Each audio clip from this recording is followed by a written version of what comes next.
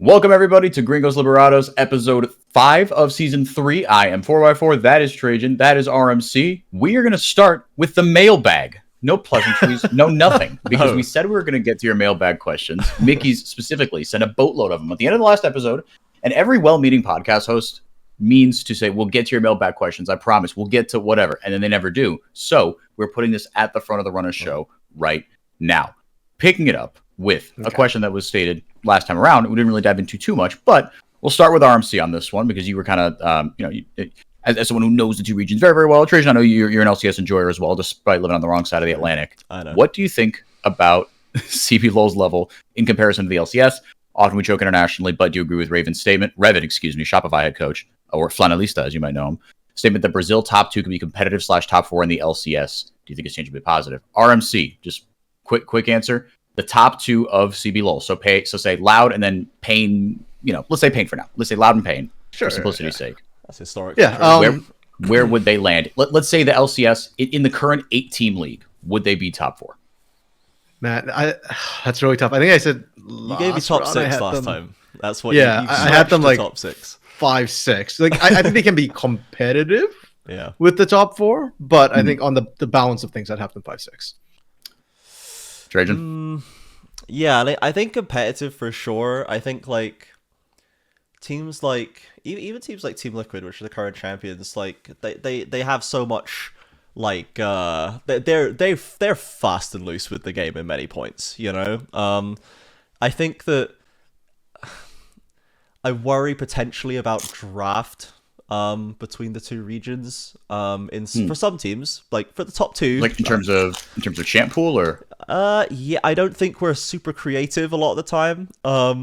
I think the LCS, like, not like Loud. I don't think Loud is like creative in the draft in the right ways. Like, we could all look at some of the champions Robo's played, but like I never wished that he'd played them in retrospect. Rarely do I go, I'm so glad you picked Rise top, Robo.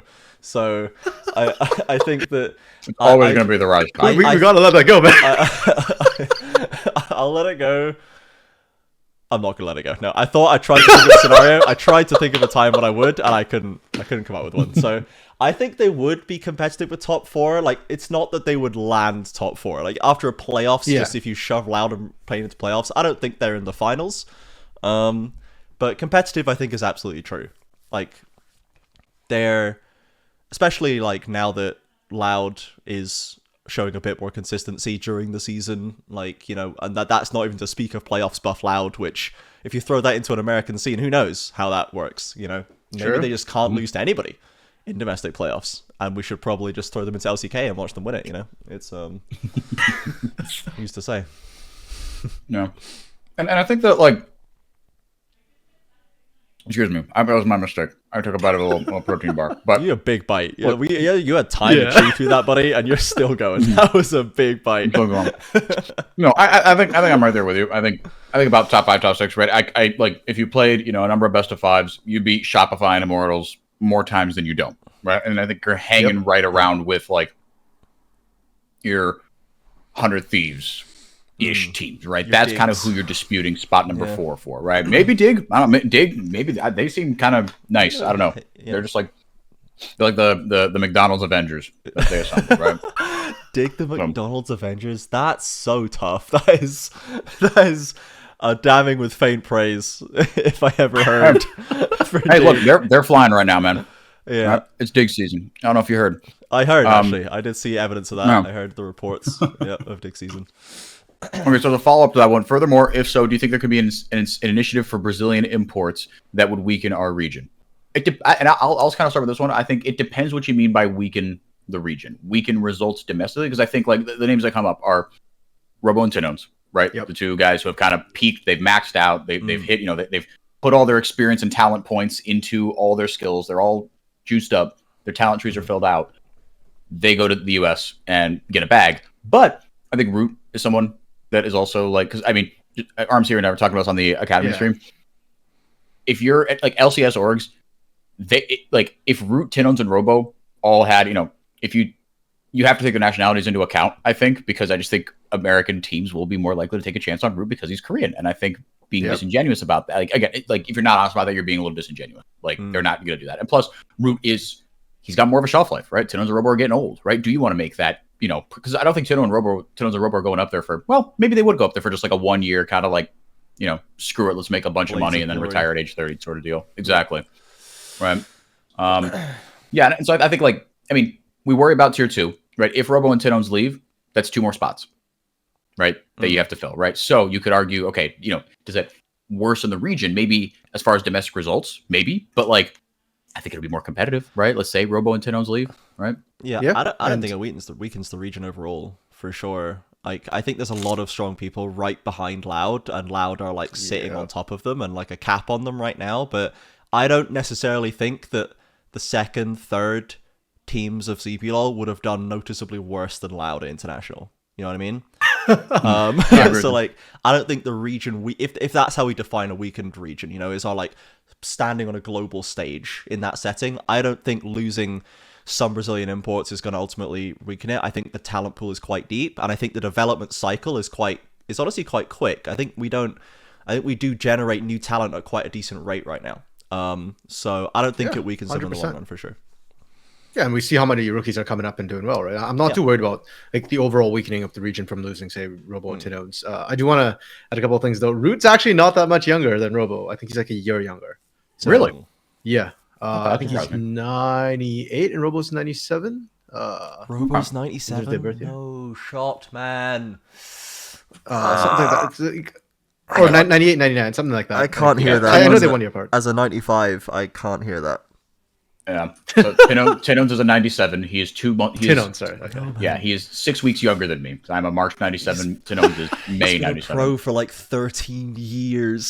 That's so he's been doing it since he was young. And the other end of the discussion that Fur and I were having on the Academy stream, coach stream, was the fact that Root would not count as a domestic import or as a America's import, right? Like he's not an America's player. He's still a Korean player. So if any wanted to import him, that'd be an NA slot. That'd be a full import slot. That said, we know he's better than B-Boy. He's literally shown that. So that's kind of like money in the bank. And if they took a shot on B-Boy and my boy made 3rd team All-Pro on a last place team. Exactly. Let's do it. Yeah. Fully agree. He's on fire right now. The import or pseudo import I'm worried we actually might lose would be Wiser, because he is considered domestic at this point. So he would be the America slot, and he's Korean. Double points for NA. Yeah, that's true. That's true. I think like as a side question here, we have a lot of imports, and there's this idea that like Brazil likes maybe, I don't know if they still do, maybe they kind of do, likes to import a lot of players that just kind of didn't work. Like they'd import a lot of stuff. They were like flippant importers in the same way that like LCS had a reputation for being very flippant LCK importers and things. Do we think that the LCS, so I think about LCK importers, LCS being an importer, do we think that LCS imports on balance are more successful than Brazilian ones? Like how many actually good, they've stuck around, they're legitimately a part of the scene now, LCS imports are there, and is that noticeably more than Brazil? Just out of interest, because like there's Core JJ is the one that comes to mind for LCS mainly, and like Berserker has stuck around. Impact's been here forever. I mean, Impact. the Dignitas roster, right? You've got Licorice, Jensen, Sven, Speaker. Well, Speaker's not. Speakers. Really. I don't count Speaker. And like specifically, I think for like in the same way that like everyone just goes, who's the hottest like LCK Div 2 talent that doesn't have anything better to do? Let's go, kind of thing. The LCS was doing a lot of, and like I think that some people felt like Brazil was just like importing Korean players because they're Korean, kind of thing, for a while. But like, is LCS better at that than Brazil is? You know, I think the LCS pays out more money, so they stick around longer. Whereas in Brazil, honestly, that might be it. I feel like more Korean players see, LA or the US as a long-term home than they do Brazil. I just think it's viewed as like a stepping stone. I think that's So it's hard to kind of equalize for that. I guess probably harder to actually work long-term in Brazil. Yeah, especially like you think about European players, right? Like RMC mentioned. I mean, like Sven, Jensen, Bjergsen, right? Those guys are LCS players, right? Even though they're from Northern Europe, they are like you speak English already, right? If you grow up in Northern or Western Europe, you learn English as a second language, right? Yeah. And so just go to the US a lot easier. In Brazil, you're speaking Portuguese, which sounds nothing like Spanish, depending on who you ask. So it's really tough to learn. That's true. But yeah, so I'd say probably, yeah, I think I'd agree with you guys. That NA probably is marginally better. I think that's an interesting discussion though. All right, moving on. In regards to CBLOL right now, would you agree that being, quote, top 1 is a trap, i.e. not necessarily reflective of the team standing by the end of the split? For instance, VKS was top 1 last split and didn't make it to finals. Do you think there's a high chance this could happen to Fluxo? Well, sort spoilers. of corollary to that one. Loud have won 4 straight titles. They've never finished first in the regular season. Yeah. Have they never? They've rarely even spent time first in the regular season. Like they're currently tied for first as of after week 4. That's a rarity for Loud. They're normally top 4-ish, maybe even worse at times, you know. So yeah, I can't sit here and say personally that being top 1 is a trap that is somehow like makes things worse. Like that, like being first literally gives you every possible advantage. It's just the team that finishes first in BO1s is not necessarily always the best team. I don't think it's much more complicated than that. 100%, I agree. I wouldn't call it a trap necessarily. I don't feel like the top seed slacks in Brazil. Like in some regions, maybe I think like first seed causes teams to kind of like start chilling and relaxing a little bit. I don't think that happens in Brazil. I just literally think the problem with Brazil right now is not the problem, but the reason why it feels like a trap is Loud, because Loud turns on in the playoffs. So as long as they're not first, then it's always going to feel like a trap, because Loud's always going to turn on playoffs and just run everybody over in best of 3s and best of 5s. Maybe it's just a difference between like a more of a pronounced shift between best of 1s to best of 5s that hurts some of our teams more. I guess as a region hurts the teams that aren't Loud, that aren't Pain, that consistently can succeed in those scenarios, and they really struggle from that. Like Super FURIA as an example, maybe one of, if not the best since regular season record ever, 15-3 or something. And then just crashed out pretty easily. KaBuM, like the house roster thing, where they always spend at some point, they're just first in like middle split, and they always drop off, like the Fluxo era and then the KaBuM era last split. Like there's Flamengo 2021. Yeah, there seems to be a distinct, I think, bit of damage that is dealt to many of our teams with the shift to playoff series for some reason. They're just way worse at that specifically. And Loud is not bad at that, and Pain is not bad at that, so they always make it. So do you think there's anything to this idea of the teams that are willing, like good teams, I'm saying, not like, you know, you're like bad teams that are just switching it up trying to find an answer, good teams that you know are good, that will throw out kind of questionable drafts or trying to be like testing things in regular season, lose regular season standings as a result, but then kind of carve out by process of elimination, right, chipping away at the rest of the marble block to reveal the sculpture inside, if you will. Yeah. That at the cost of the regular season, they could be more prepared for for playoffs. 100%. I think Robo is living proof of that, right? Like he's just been on on record saying that regular season he's limit testing, right? He literally is just trying he doesn't really care whether he wins or loses, right? And I think it builds mental, it builds your champ pool, and it kind of just throws people's estimations of you off for playoffs. So I think there is a lot to that sort of idea about, you know, the regular season. And then there's an interview with Coach CL and Coach Stardust, right? The fact that, you know, Stardust is basically like, it's really hard to prepare for best of 3s and best of 5s and a best of 1s. So like the whole mindset for Loud right now is not about the regular season. We will qualify. That's not the issue. They're still looking ahead to the best of 3, best of 5s, international stage. So I think there is a lot to be said for that. I suspect we're actually seeing that with Pain these last couple of weeks as well. It doesn't feel like they're playing to the team they're facing. It feels like they're trying to round out strategies. And I think this is a luxury that better teams get to do. If you are good enough to win your games, regardless, you don't need to be first or second, but you do need to make playoffs. Yeah. Yeah. I think when the last part of the question asking if I think it's going to happen to Fluxo, because, well, like they're still first. They're still joint first. But at that point, last week, they were sole first, 6-0. And, like, because it's just a team that we don't see there, it makes me want to knee-jerk go, yeah, it's probably going to fall apart. But, like, looking at them lane by lane, Chiari has been to finals and has a wide pool. Shinny has won championships, and it's jungle. It doesn't matter. No one's going to like 5-ban Shinny in like a Sejuani meta. I just don't believe they're going to do it. Fu has a wide pool. He is untested though, possible problem, but it doesn't seem to have. He doesn't seem to be playing in any kind of insecure way so far. Playoffs is a different beast. Maybe they lose some of the value in mid lane, but he has a wide pool. I trust Fu on any style so far. Trigo, we know, is good in playoffs. He's made it to finals multiple times. He's not necessarily been able to get it over the line, but I feel like that's more of an indictment on what is required to win the region rather than like him necessarily. And then Scamber, I guess, as well, untested, possible problem. So like, it's not like, oh, this can't last. This is a formula that is going to run out for sure in a big way. I think there's a lot of things that can maintain confidence for Fluxo to be competitive all the way through and even into best of fives. I think they have a lot of good tools for best of fives, so I wouldn't be quick to count them out, that's for sure.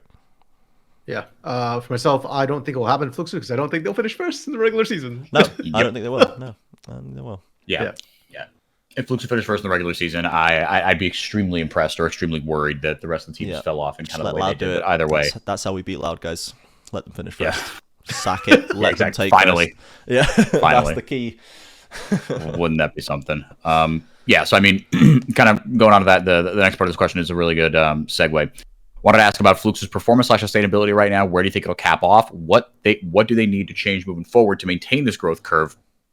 And yeah, I mean, and this I feel like is a bit of a tough question to answer because of the looming, America's merger, that Fluxo might not be in the league in 6 months' time, which sucks. But looking just at this split, I guess, Trajan, I'll start with you on this one.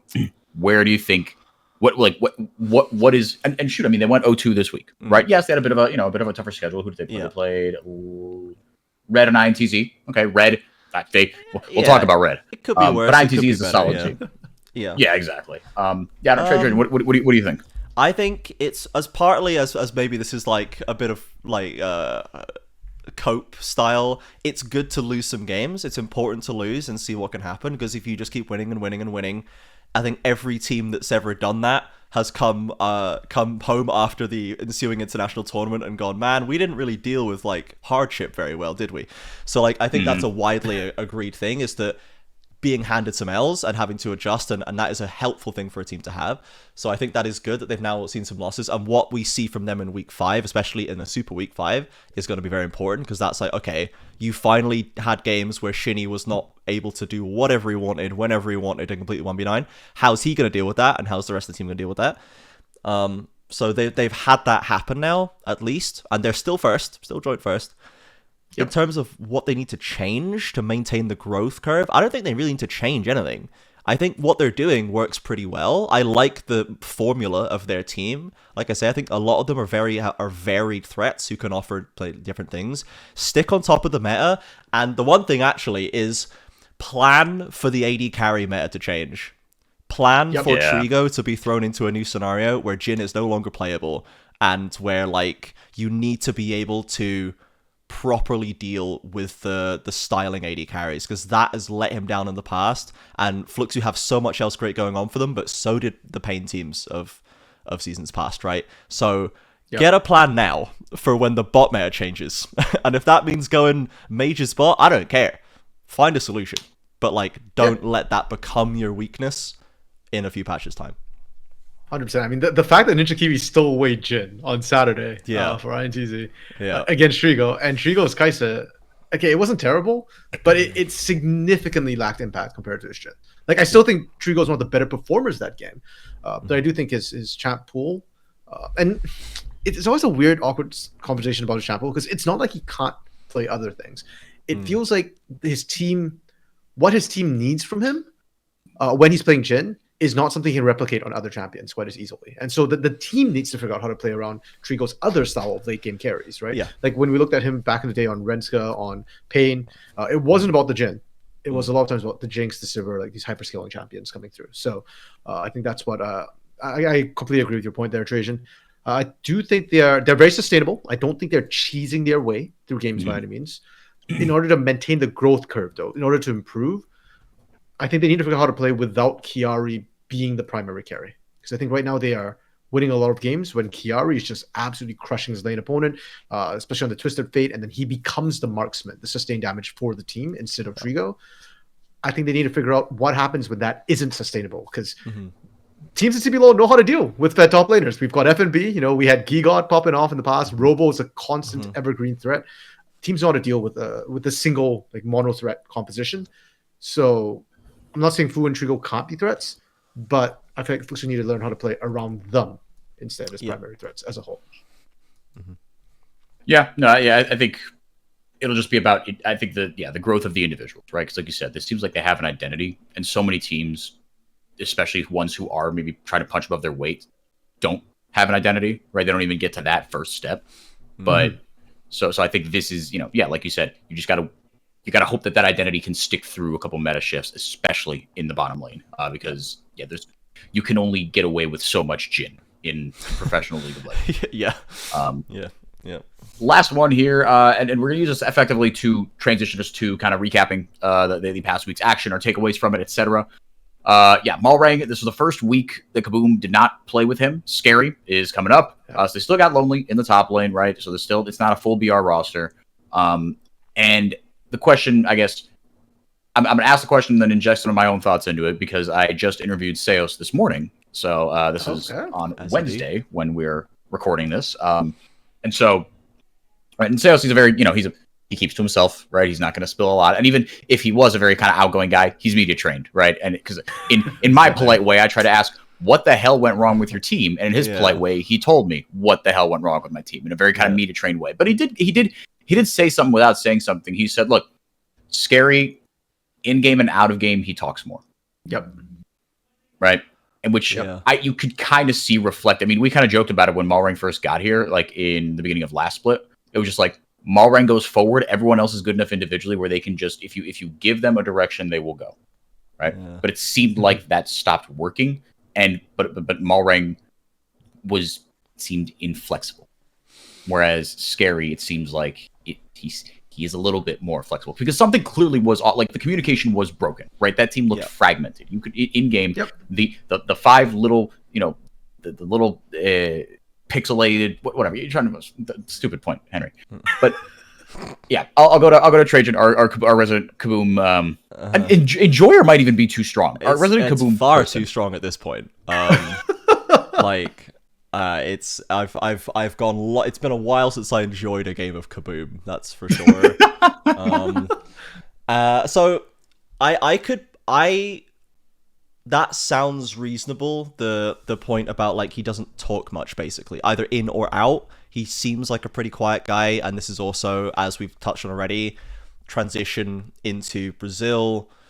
He's played in an English-speaking region before, but that does not an inherent strong communicator make. And they won a split there, but that they also had bad splits, and people were praising and decrying Malrang in equal measure the whole time, basically. So I think that's not surprising. I get if they want to try and have stronger communication with their jungler, fine.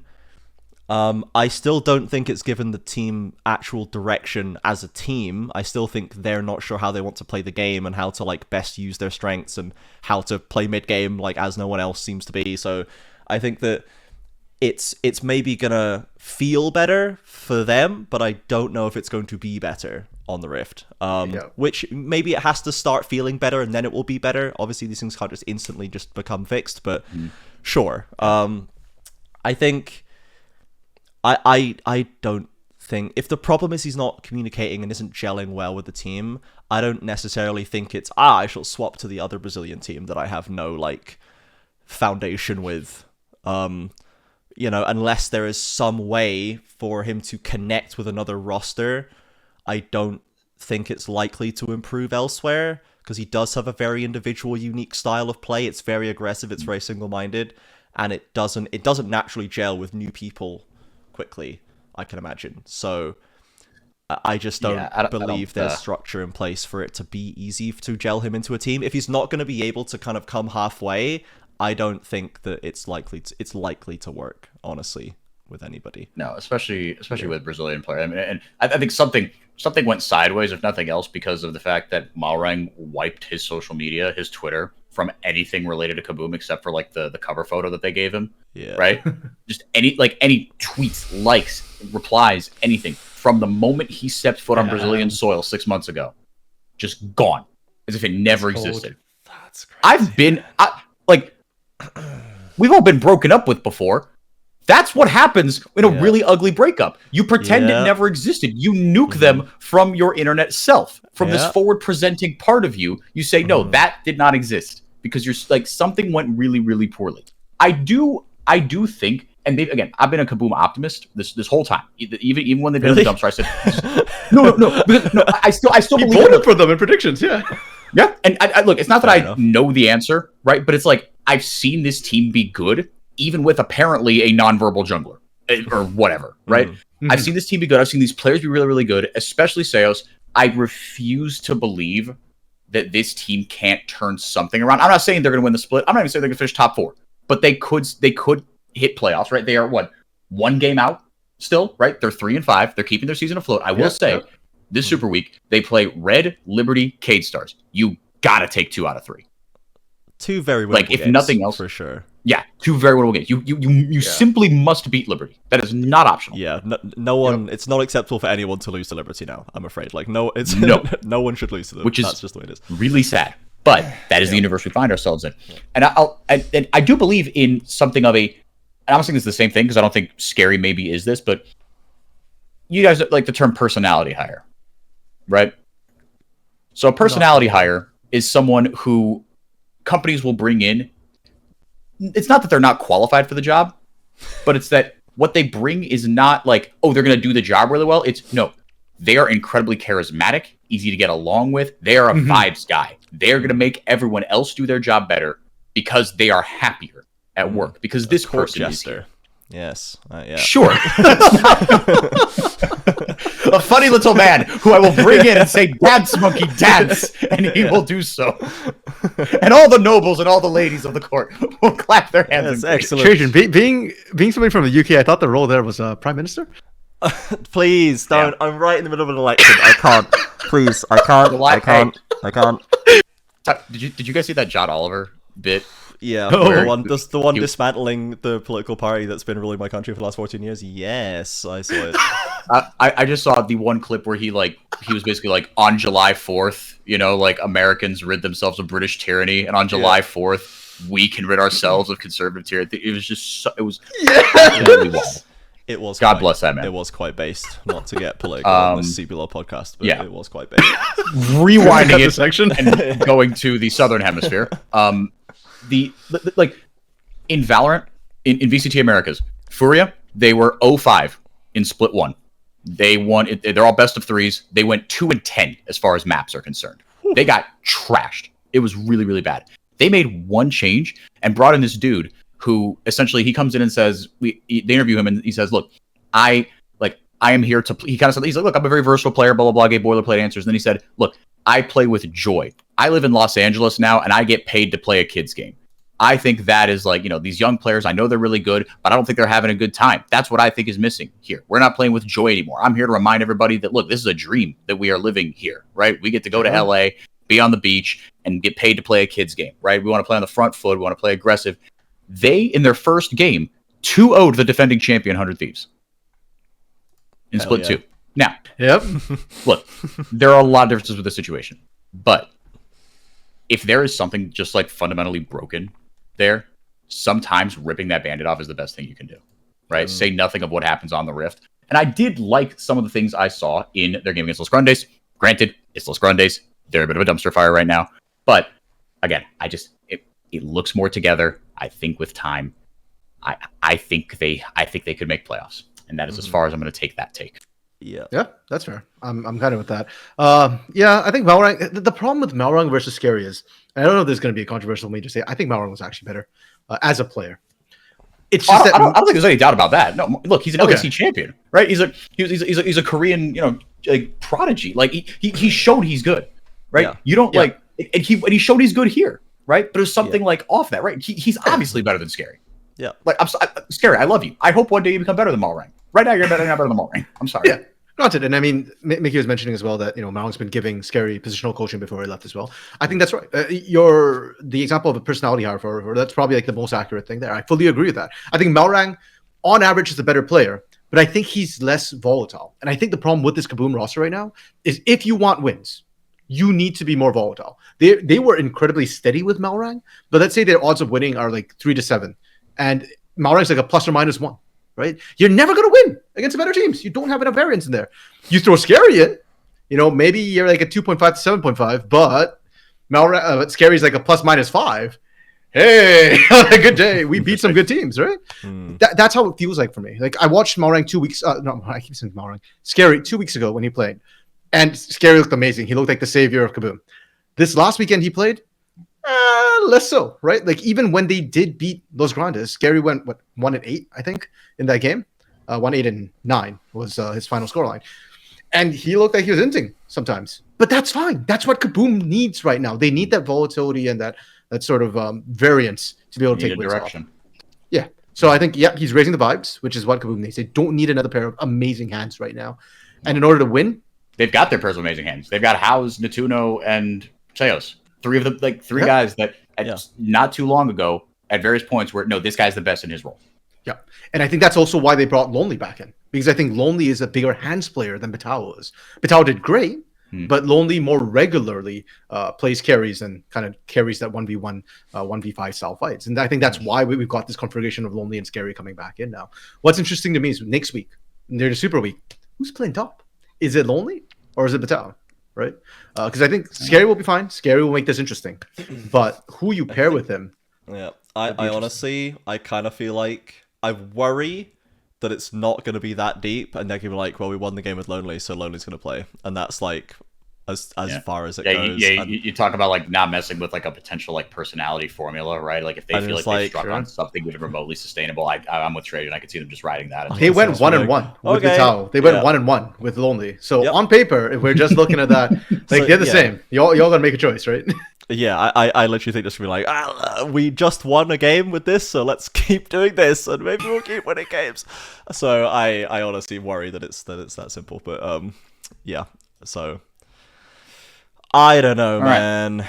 Yeah, I think it'll be really, really interesting though. I'm excited to watch where this roster goes. I want to talk about FURIA for a little bit. Okay, yeah.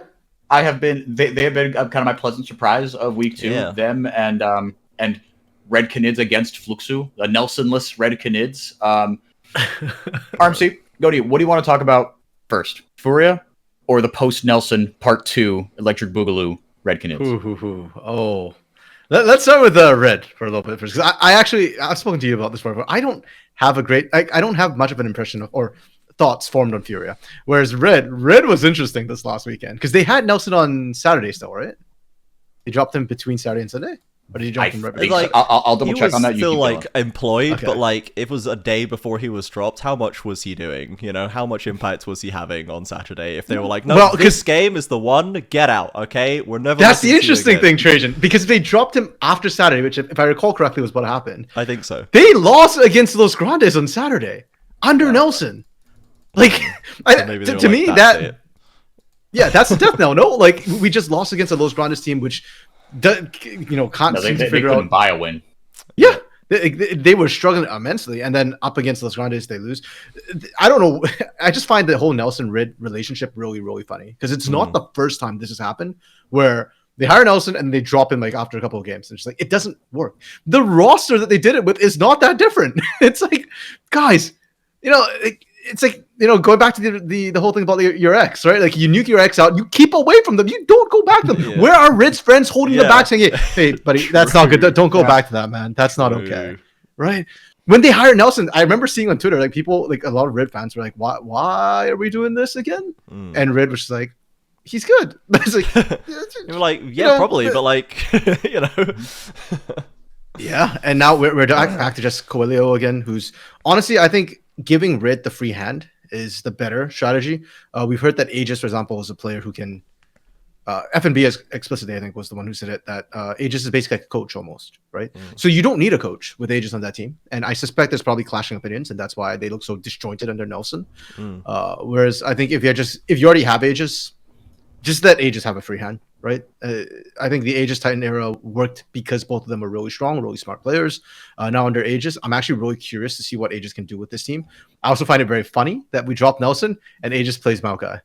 And Aegis is the guy who normally wants to carry. So Aegis is putting ego away right now for the team. And I'm liking what is required to win league games right now in Brazil. Yeah, because I think Aegis finally found out the only thing he hates more than playing Maokai is losing. Yeah. Yeah. It's like, all right, if this is the fork in the road. B1 Maokai too. I mean, they played Maokai, but then they also did Grevthar Jace in the same game. So like they were still cooking in that game. I'm okay with that. It kind of worked. I didn't like it. I was really nervous about it. Same. But it works. Yeah. I was so confused. I was like, I see the guy. I don't know, bro. BR Jace is still a meme, and but it was just good. It's really solid. Yeah. You know, I thought like their team fighting was really good. I thought like there was one fight in particular. I was watching the games back this morning, and there was one fight in particular. I think on the I think it was like the first kind of big dragon fight, or maybe the first or second one. But it was like just very good, patient. Like it almost felt like they were like this. It was like the Red of old, right? Like they are fast and loose, right? And like sometimes they make these kind of sometimes they make dumb kind of individual decisions. But I never felt like their team fighting was bad. Even at their worst, I felt like when they fought as 5 on even footing, I felt like they actually were okay. It was more just like the dumb decisions in the mid game, taking objectives weirdly and stuff. But Grevthar, like he knew kind of when to go in. Like I think he went on whoever the hell they were playing, but like just kind of bided his time and then kind of knew like, oh okay, I've got it. And then like flash, hammer, crash, bow, and just like wipes out a Tree Goat Dragon. Yeah, where you just get he was zoning out on the side in the jungle. Yeah, and that's the thing with Red too, right? Like I feel like it goes back to the old like Moscow 5 days where Alexis was like, as a team, see hero, kill hero, right? Like, that's Red in a nutshell.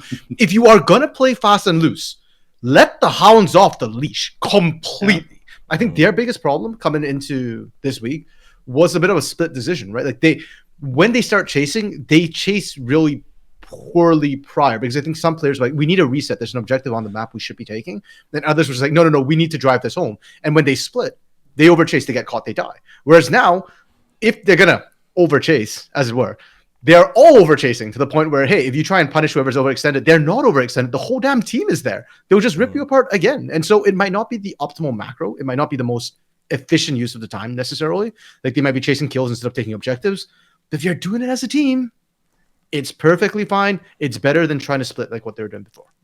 Yeah. It was also a really good FNB game, as a side note. I think he just crushed it yes. as well. FNB had a banger. FNB just had a banger Rumble game, which helped a lot. Yeah.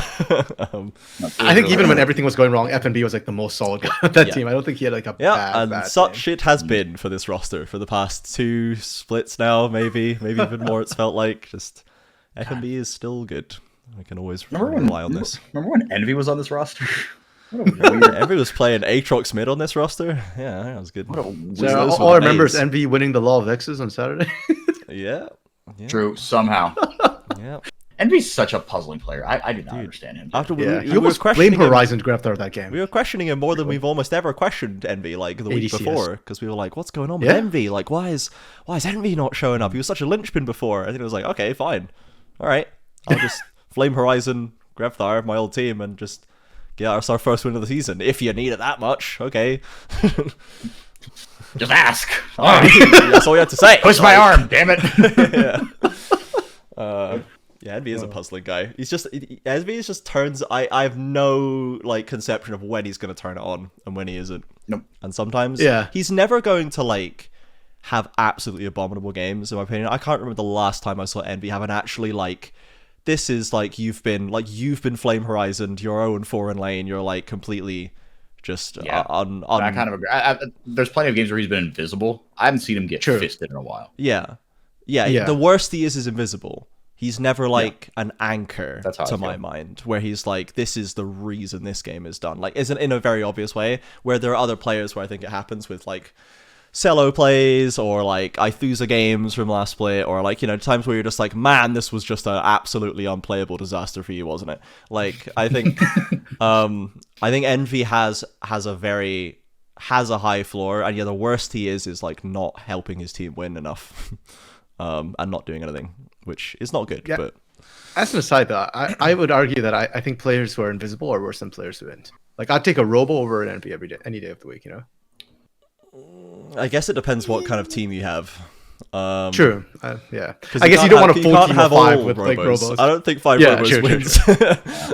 Because you Okay, need a root. that's true, You need a that's root there, which is so yeah, there's a formula, I think. But a little bit of int is certainly useful at times. Fair.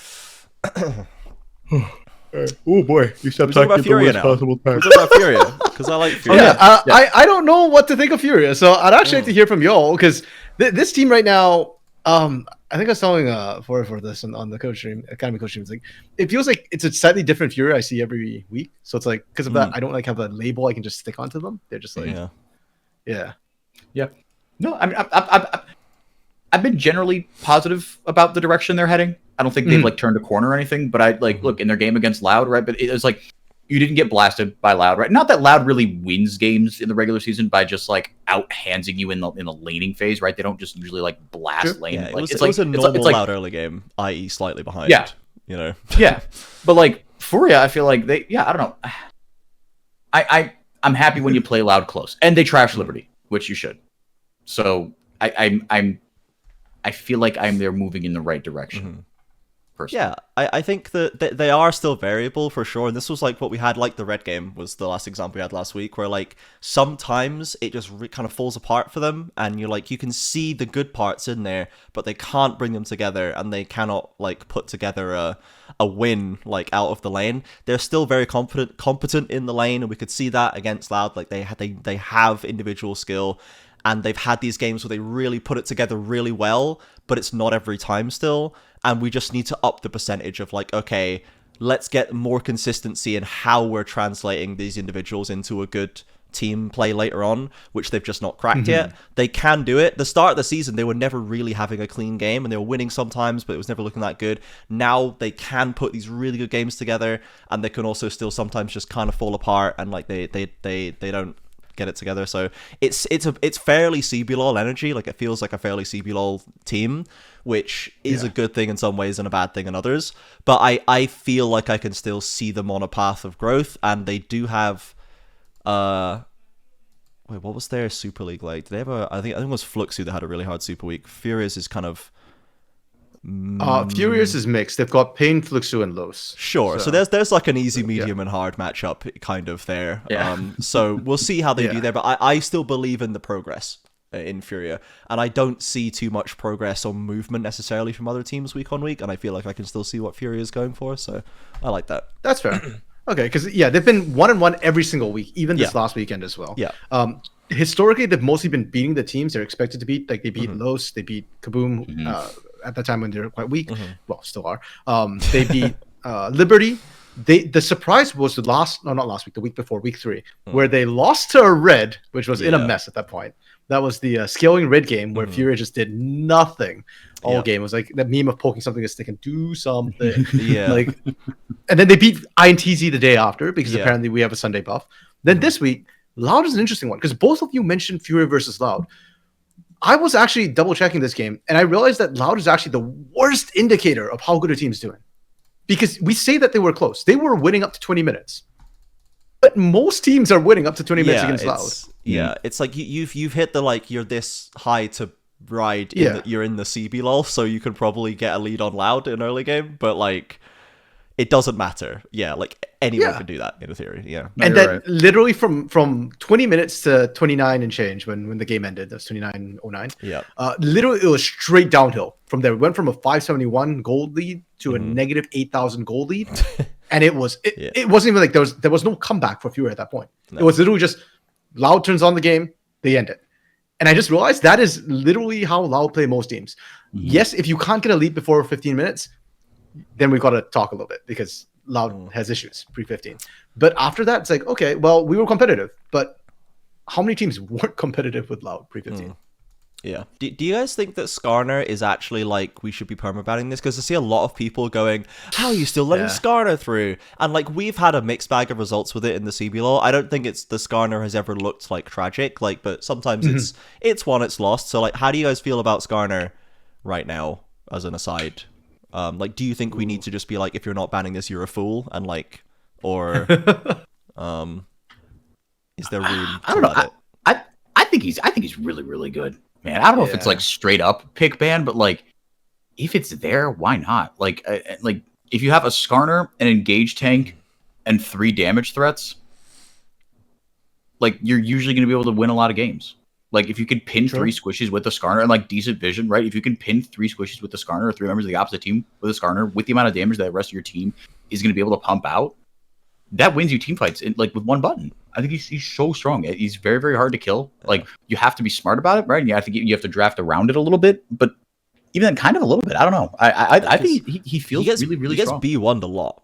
He's like one of the main B1s, and that's I think what scares me most is that people feel comfortable just picking him into anything with anything, and they still like good, right? I know Hawk absolutely thinks Skarner is completely busted right now. Yeah, absolutely needs to be perma banned. Personally, I don't. I think you can play around Skarner. I do think he's B1 worthy. He's one of those champions up there. But to me, the biggest problem that I'm still seeing, which I hate, is people laning against Skarner and not respecting him near his turret. Like his combo can drag you on the turret very easily. You just need to respect that. Working as intended, like insect-y thing that he does. Like does a drive, turns you around, brings you right in. Like, and then just impales you. Definitely, yeah. At 6 he can keep you under for like 3 turret shots, which is pretty much death for any like non-full tank. But at the same time, I don't think he's completely busted. I think he's really strong because he doesn't have a lot of bad lanes. But I think you can still run a Rumble into him if you want. I think you can still run Camille into him. And in fact, Camille should start winning out eventually. Twisted Fate right now is sort of the answer to him in the top lane because you can technically kite him to Kingdom Come with Flash Ghost. So I don't think he is 100% ban worthy. Within CBLOL so far, he's only got a 56.3% win rate. That's not that busted. Honestly, Maokai beats him in terms of win rate, 71.4%, though I wonder how much of that is Karaoke playing it and Croc as well, Karaoke locking in. Oh, and Aegis too, actually. All of the good junglers locking in and picking it. Just be like, okay, let's get some dubs, guys. Let's not. Yeah. I think Skarner's strong. I think teams need to respect him. I don't think he has to be banned, but I think when you're looking at the top 6 champions, there's a decent chance he'll probably be in that top 6 that you want to ban anyways, because like what else are you going to ban over him? Yeah, like Ashe, and if you don't have like a specific target, like he probably makes it into the first 6 bans. If you don't have like we need to ban Curry's Nico or Ashe or whatever, let's just ban the Skarner, because Wise is just a good player and the champion's quite good. Yeah. Agreed. Yeah, it definitely looks really good in good players' hands. Weiser's Skarner game this past week was unbelievable. Yeah. Just monstrous. Speaking of Pain and Loud, kind of lumping them into a similar bucket here. We've kind of talked about this a lot. We've got Loud Pain on Saturday, 12 o'clock Pacific, 1 o'clock Brazil time, or 4 o'clock Brazil time. And the narrative that I've heard peddled around is that both these teams are playing their best League of Legends right now. They're both hitting each other at kind of the peak of their powers. How do we feel about that? And I feel like it's a bit of a fool's errand to make a prediction here. I don't even kind of care about that, but like, just how do we feel about where both these teams are at? What if any are the holes we could pick in their games? Trades, I'll start with you. Before we do that, I want to ask it because this last weekend, I know IDL was generally quite negative on the weekend. I'm curious about y'all's thoughts on this last weekend, like general impression, because we had some really great games with Loud and Pain, but there were some like kind of super sus games as well.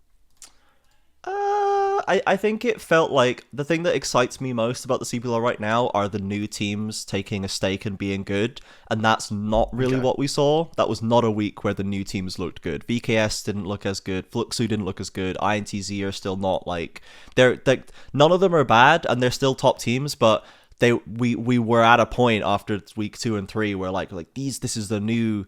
There's a big group of new people that are kind of come and challenge. And last week, even though it wasn't necessarily like Loud Pain against those other teams all the time, there were a couple of them, but it felt like Loud and Pain were like getting into the groove and the new exciting ones were losing a bit of steam. So it felt like losing a bit of the interesting novelty of this season, I suppose. for me anyway. Like, and then there's like a bunch of stuff going down there. Like KaBuM won a game, like okay, and then Red like did whatever Red's doing, fine. Lost, got a win, cool. Like there was like some other stuff going on, but I think that's why I was not necessarily inherently down on it, but like the reason that I am excited about this season is for the new stuff because I'm a child. So, Loud and Pain just being good again makes that worry creep in, where you're like, is the fun over? Are we just going back to Loud Pain already? Or is it we're getting early this season? We're not going to wait till playoffs? Okay. Okay. Fair enough, yeah. So you think it generally it's just that Loud and Pain have kind of moved up, or like it was a bit of a return to the norm. It felt like, at least, which isn't as exciting. Yeah. Okay. Yeah. 4-4, your thoughts on the last weekend? Teams. Yeah, I don't know. I think I generally kind of, I don't know. Some of the games were a little tough to get a read on. I don't know. I haven't thought about it in that kind of paradigm. I kind of do agree with Trajan that, yeah, part of the big fun of this split has been like Fluxo and INTZ. Cade, I don't know.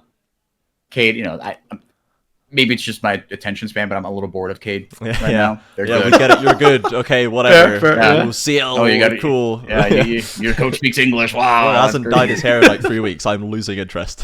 Like. Yeah, exactly. Yeah, I am understimulated right now. But yeah, I don't know. Liberty seemed to be getting absolutely nowhere. I don't know. My thoughts on this week. Yeah, it does seem like we're starting to separate the wheat from the chaff. I wouldn't be surprised to see that the standings start to stratify. I don't know. I think you did see some inconsistency this week, right? Maybe that's kind of what Ideal was referring to, right? Like we saw good Red and bad Red. We saw good Los and bad Los. We saw good KaBuM and bad KaBuM. Like KaBuM got throttled by Pain. For all that I was really kind of hype on them, they got waxed by Pain on Saturday. That was really ugly. Yeah. So that makes me sad. Possible reality check week, I don't like reality. It's not why I watch esports. Exactly. That's not why we're in Brazil. That's fair. Okay. Yeah. No, I just wanted to ask that question first, because like to me, I felt like Pain, Loud. There were sort of 3 categories. Pain, Loud improved, and they look absolutely stunning, which makes me super hyped for this weekend. Then I feel like Kate Star's INTZ went back to the form that we were kind of expecting. Like even in their loss against Loud, pardon me, I thought Kate Stars still looked pretty, like all the fundamentals were still showing. Losing to Loud, there's nothing embarrassing about that. The Loud was just on fire. But the other 6 teams, I'm gonna be honest, I was actually disappointed. I thought they performed poorly. Like their fundamentals got worse. I don't know what happened this weekend. Yeah, I agree. And so, yeah, I'm a little bit scared for this Super Week, right? Like, because when teams do poorly, they might improve, right? Like INTZ bounced back strong this last weekend after 0-2 week the week before. Yeah, but I don't know how many teams are going to be able to do that, and I am worried that our Super Week is going to be filled with questionable plays in games. Loud Pain Red wins, and just like, well, I guess fundamentals. I guess we forgot. I guess we gave up on that kind of thing. Yeah. Yeah, it could be exciting, and I think I am excited for Loud Pain because they're both looking good, and Loud Pain is always a fun match. It's always interesting, and like, even if the grand finals isn't like VKS INTZ, even if it's Loud Pain, if Pain wins, it's still cool. I don't care anymore. Like that's exciting enough for me, is Pain beating Loud. I don't need it to necessarily be all Fluxo and INTZ and whatever. So like, there's still plenty of interest to be had there. It's just not the prevailing narrative of the past few weeks. It's a bit of a switch over last week, and we'll see if the Super Week continues that, or if it was just, as you said with INTZ, like they had a bad week, but like, haven't we all? And they just came back. So there's still plenty of room for these teams to still just step back and go, no, we're actually still contending. Yeah, we're gonna learn a lot about this, a lot this week. Any notes on kind of, I don't know, the CBLOL teams in general? We're making pretty good time here. We're almost at an hour, so we're gonna any final thoughts we want to hit on CBLOL, on upcoming matches. If not, we have one more question that we got from Lunar Day, avid CBLOL and CBLOL Academy enjoyer. We appreciate her and her questions. But yeah, anything you want to hit? I have a question as well. RMC, you go first, but I have a question. Okay, Trajan, you said that you can't afford to lose to Liberty, right? Uh-huh. There's one team I think who might yet do that. Well, so that was the thing. Is like, I was waiting for like, when do I stop just voting for KaBuM to lose every game.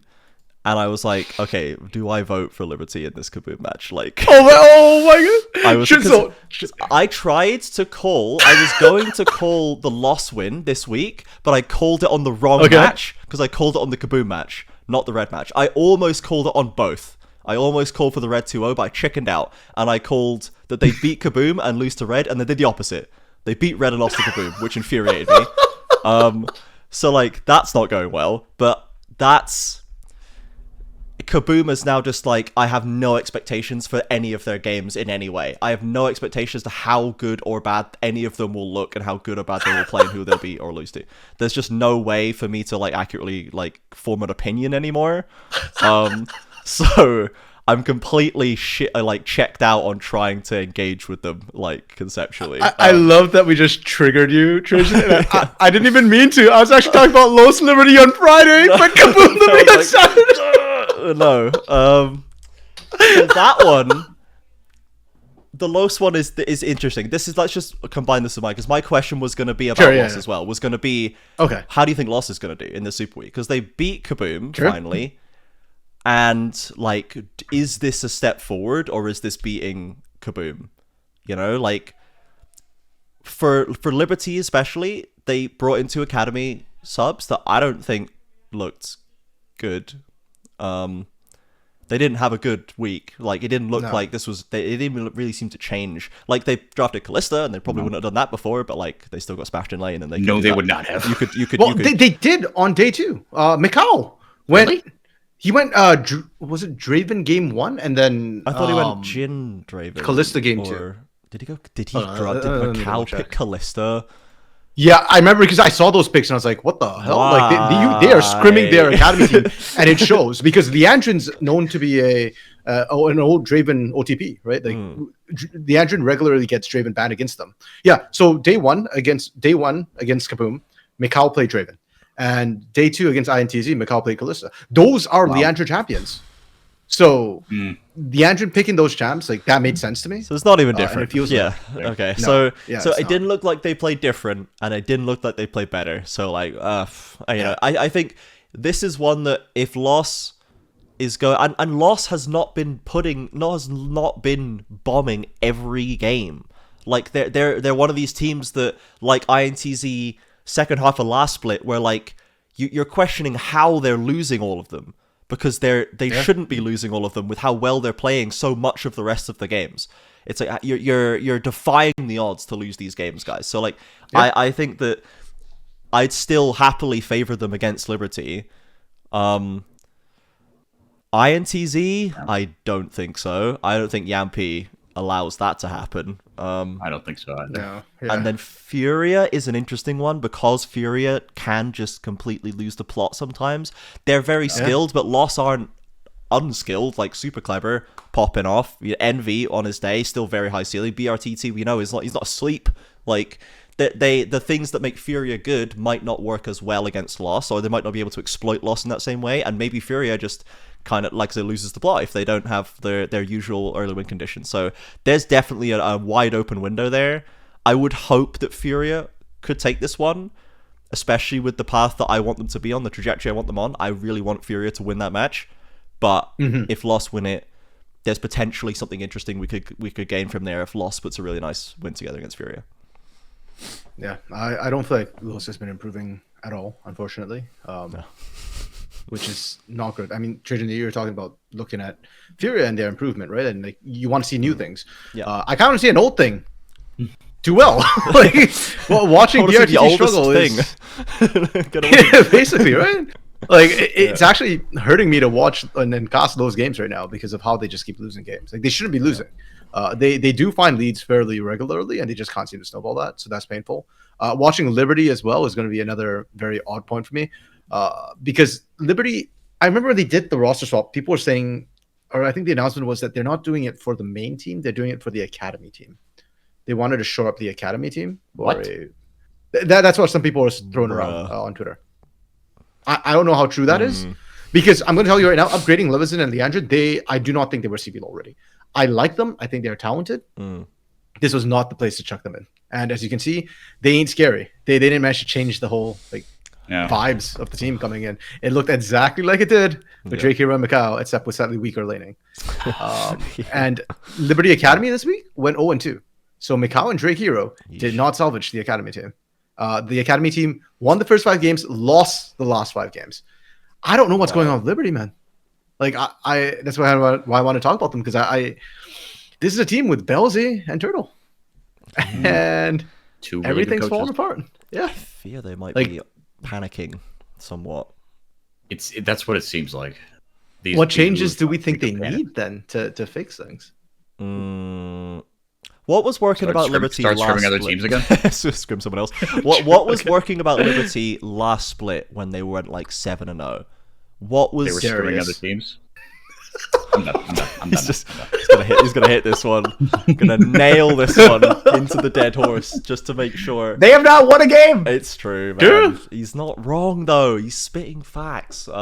So Right, and like RMC kind of drawing these like conspiracy theory little threads, like the Charlie Day meme of just like these are land camps. Like this guy was a smolder merchant, now he's playing Callista and Draven. What are we doing? Right? This wouldn't happen if they weren't just like sitting in their own filth for 5 days and then showing up to CBLOL. Hey, Smolder's playable as well. It's winning games in LCS, bro. Like, why do we forget Smolder existed? Anyway, why did Liberty go on a 7-game winning streak with essentially the same roster? Assume they just put Macau and Drake Hero back, and they just put Academy back together. Is it the fact that makes is solved? I think that's a large part of it. And the other thing was, going back to your Smolder point, Trajan, Smolder and Senna were really strong in the meta at that time, right? Like scaling champions weren't abusable.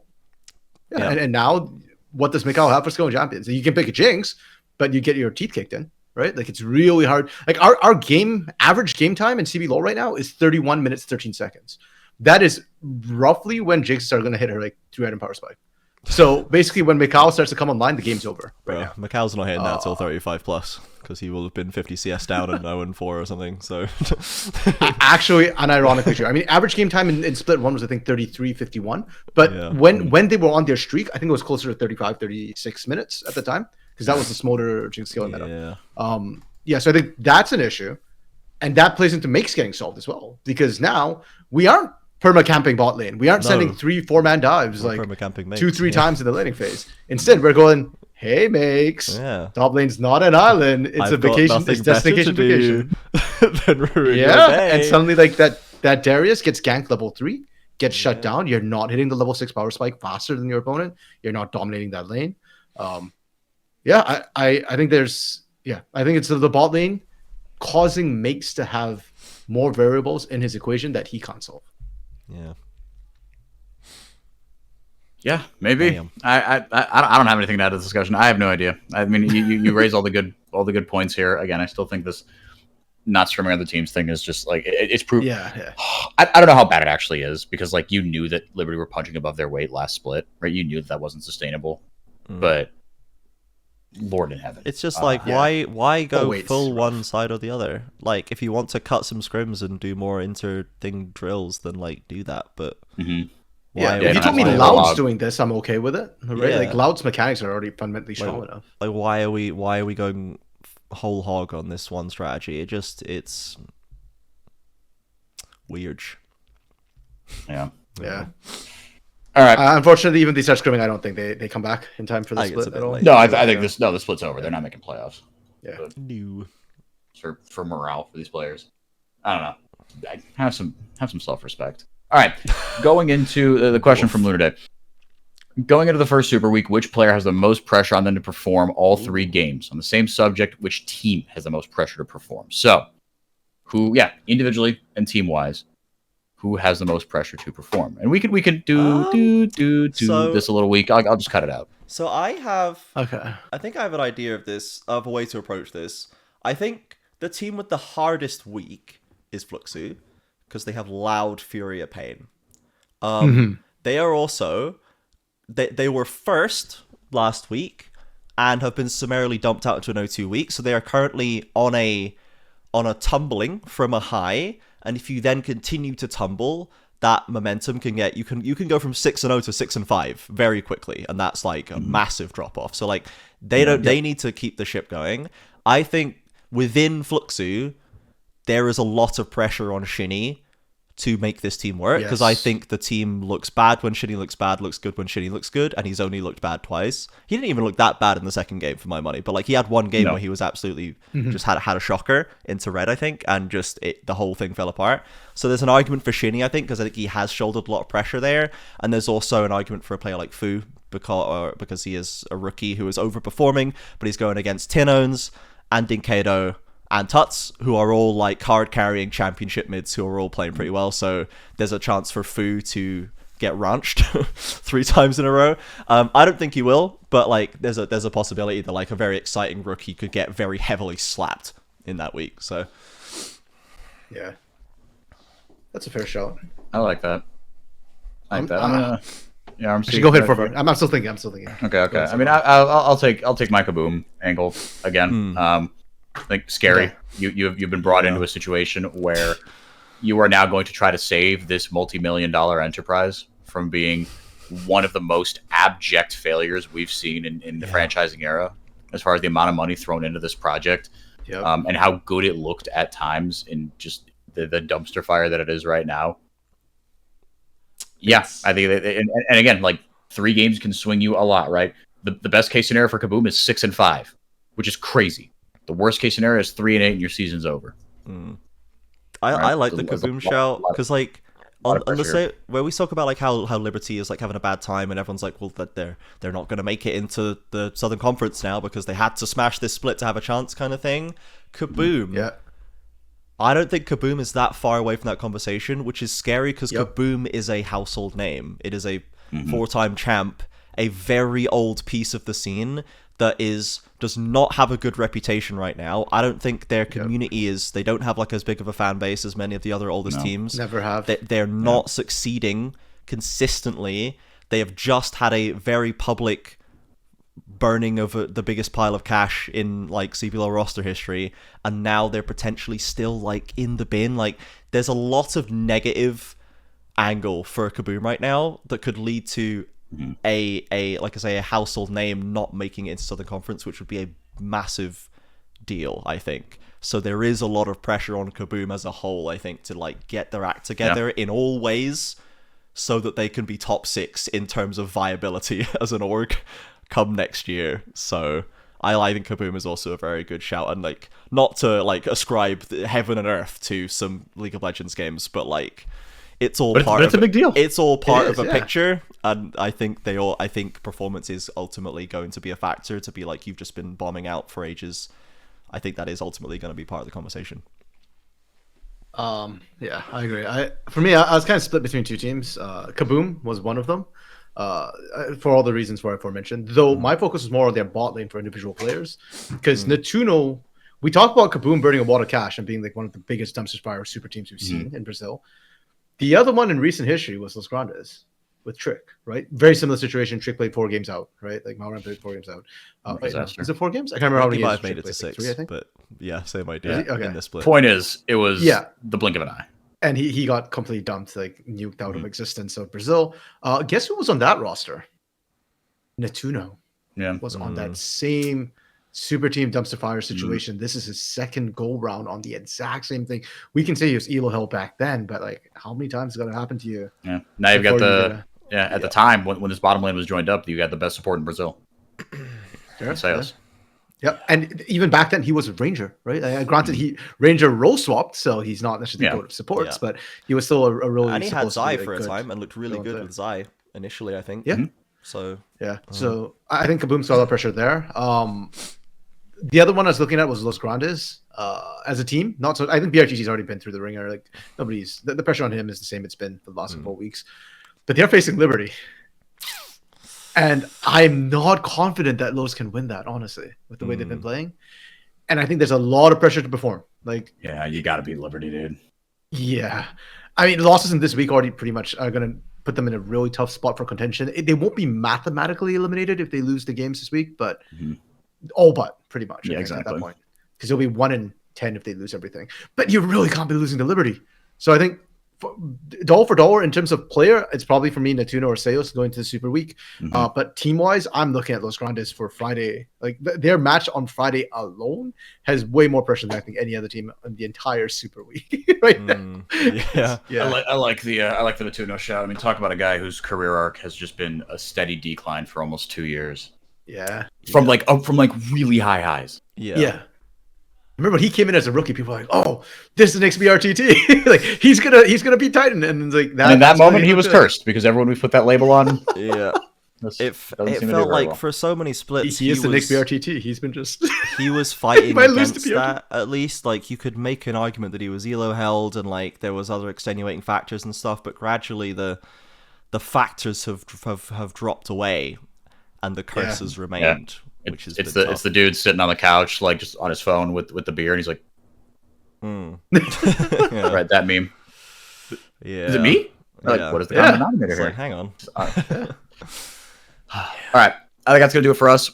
We kept it at a tight 1 hour ish. Okay. Yeah. Proud of us, boys. Well done. Got in to the podcast. Got out.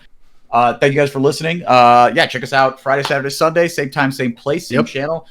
Back-to-back Super Weeks. So Friday, Saturday, Sunday, 2 weeks in a no not 2 break weeks in a row. Yeah, we got that, and then the break for the thing, and then the week after, we will be back for another Super Week. So for everyone here, that's Trajan, that's RMC. I've been 4x4. Everybody have a great rest of your week. We'll see you back here. CBLOL weekend. Woohoo!